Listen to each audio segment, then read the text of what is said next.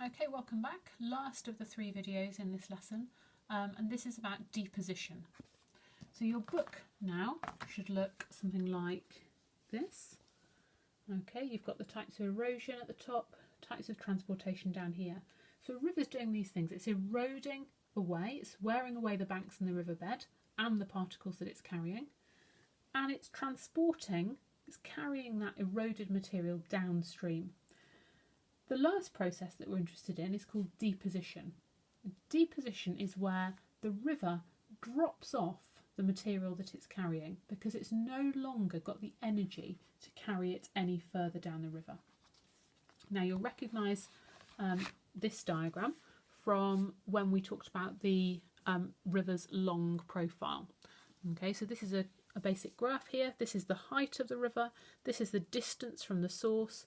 The further you get from the source, the height of the river decreases. This section here we would call the upper course of the river. Here we've got the middle course, and this is the lower course.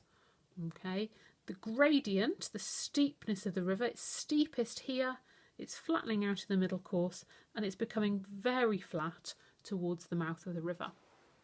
And there are 3 main reasons and areas where rivers deposit their load, where they drop off the material that they're carrying. And it depends on how big that material is. First of all, number 1, large rocks tend to be deposited in the upper course of the river. So these are those big boulders that we were talking about when we talked about transportation. Okay, big boulders get deposited in the upper course of the river. They can only really be carried by traction. It's only really in the upper course of the river where the river's got enough energy to carry those particles down the river. So they're only transported for very short distances and only when the river's in high flow. So like when it's rained really heavily, there's lots of water in the river, it's got a bit of energy to carry those rocks.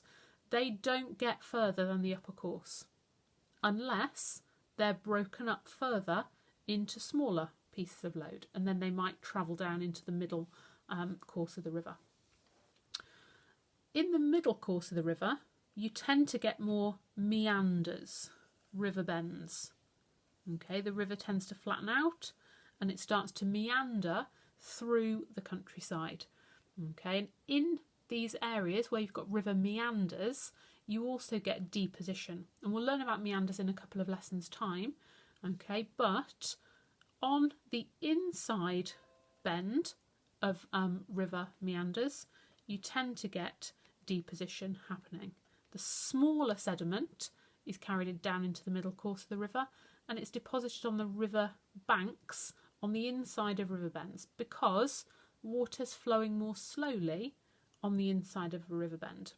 And where it's flowing more slowly, it hasn't got the energy to carry that material any further.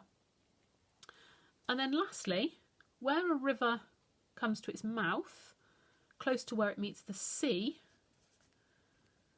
the speed of the river, the velocity, really slows down because you've got the river current flowing this way, and then you've got the tides in the sea. And the 2 forces interacting mean that the velocity, the speed of the water here at the mouth is really, really slowed down. So the finest particles, I'm trying to draw really small with this fat pen that's not much use, but the finest particles get carried the furthest, they get carried to the river's mouth, but there's a lot of deposition of those materials, they get dropped off at the mouth of the river. So in summary, we've got largest particles stay in the upper course, they get deposited because there's not enough energy to carry them any further. Medium-sized particles and small particles get deposited in the middle of the river, mainly on the inside of river bends, meanders, where the water's flowing more slowly. And then the finest particles get carried the furthest. They can travel as far as the mouth, mainly in suspension, being carried in suspension. But at the mouth of the river, they get deposited because the tides in the sea are causing those particles to not be able to be carried any further.